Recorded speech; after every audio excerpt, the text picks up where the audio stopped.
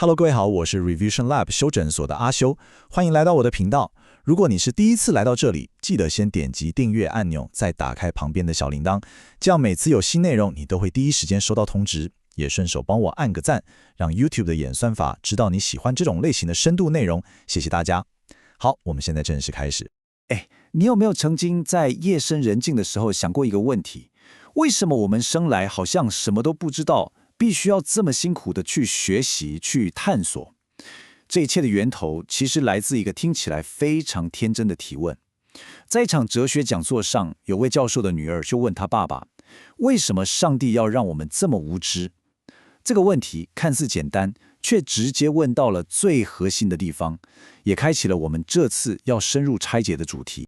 好，那為了有系統的把這個大哉問給拆解清楚，我們今天的分析會依循幾個步驟來走。首先，我們會先把這個問題下一個正式的定義，接着我們會來看一個可能會顛覆你認知的古代理性觀念，然後我們會深入拆解3個來自不同古老智慧的分析框架，分別是從懲罰、限制還有不完整的視角這3個角度來解釋無知。最後我們會提出一個整合性的理論，來看看無知有沒有可能就是所有罪惡的真正根源。好了，我們就先來幫這個問題定一個比較正式的名稱。這不只是一個孩子的好奇心而已，它其實是一個困擾了古今中外思想家幾千年的深刻難題，一個關於知識本身的難題。更精確地說，這個問題在哲學上有一個專有名詞，叫做知識神證論 （Epistemic Theodicy）。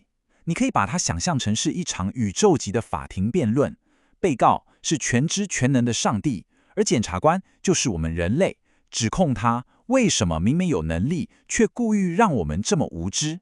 而知識神證論的目標，就是要為上帝提出一套強而有力的辯護，解釋為什麼我們生來就必須奮鬥才能獲得知識。不過，在我們深入去看各種辯護理由之前呢，我們得先做一個思維上的暖身操，因為接下來這個觀念可能會徹底翻轉你對科學跟宗教的刻板印象。如果你正在聽這一部分，非常值得你筆記一下。我們現代人通常有個根深蒂固的印象，就是宗教等於盲信，等於獨斷，而科學呢，就等於懷疑，等於實證。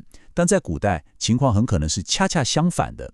當時的神學家在面對上帝這種終極存在時，反而常常充滿了謙卑的懷疑，承認人類的無知。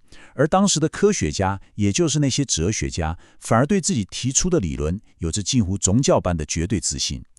是不是跟你想的完全不一樣？請你務必記住這個驚人的反轉，因為它就是理解後面3個框架的關鍵鑰匙。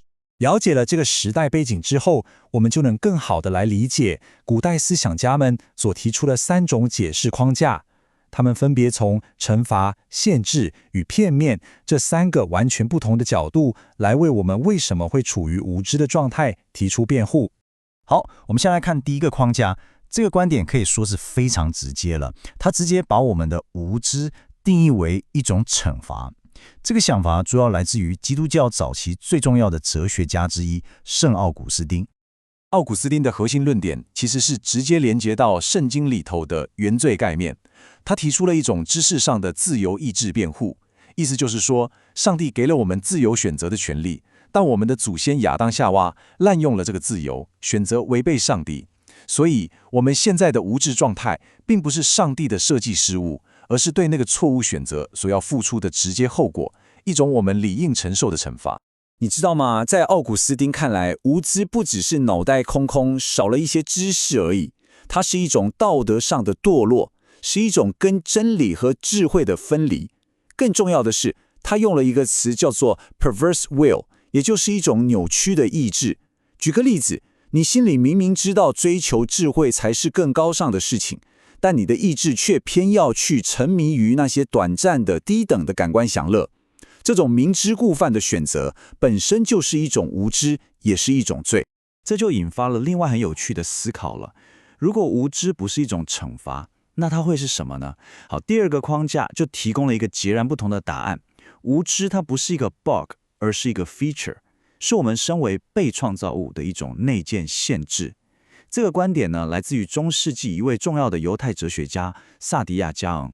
薩迪亞認為我們去要求上帝直接把完整的知識灌到我們腦袋裡，這本身就是一個不合理的要求。為什麼？因為我們是有限的被創造出來的存在，這個有限性就決定了我們的學習過程必然是漸進的，而且是費力的。這就像蓋一棟房子，你不可能一瞬間就蓋好，你必須要一磚一瓦，一步一步的慢慢來。知識的建構也是完全一樣的道理。薩迪亞的邏輯是這樣拆解的。首先，身為一個受造物，我們做任何事情都需要時間。第二，獲取知識本身就是一種活動，所以理所當然也需要時間。我們天生下來面對的就是一團混亂模糊的資訊，而我們的任務就好像在淘金一樣，要透過理性的運作，從這一大堆混雜的沙土裡面去提純、去萃取出真正清晰、有價值的知識。好，聽完了前面2種解釋，接下來我們要看的第3個框架，我個人認為是最精妙的一個。這次我們把視角從西方世界轉到古老的東方，來看看古印度耆那教的思想家烏瑪斯瓦蒂，他是怎麼把我們的無知歸因於一種天生的視野狹窄。耆那教有一個核心概念叫做非片面論 （Anandavada）。這個理論的核心就在說，我們之所以無知，根本原因就是我們只抓住了真理的其中一個側面。這就很像我們都很熟悉的那個盲人摸象的故事，對吧？摸到腿的說大象像柱子，摸到尾巴的說像繩子。每個人都以為自己掌握了全部的真理，而完美的知識則需要有能力，同時從多元甚至是無限的視角來理解現實的全貌。在這個框架底下，幾乎所有其他的哲學流派都會被看作是部分正確，但同時也部分錯誤。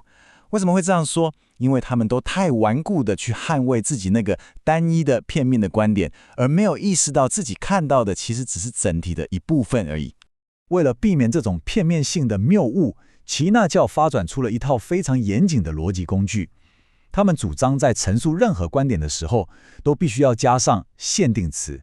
比方說，面對一個杯子，你不能很武斷地只說它是一個杯子，你必須要說從功用的角度來看，它是杯子；從材質的角度來看，它是陶瓷；從顏色的角度來看，它是白色的。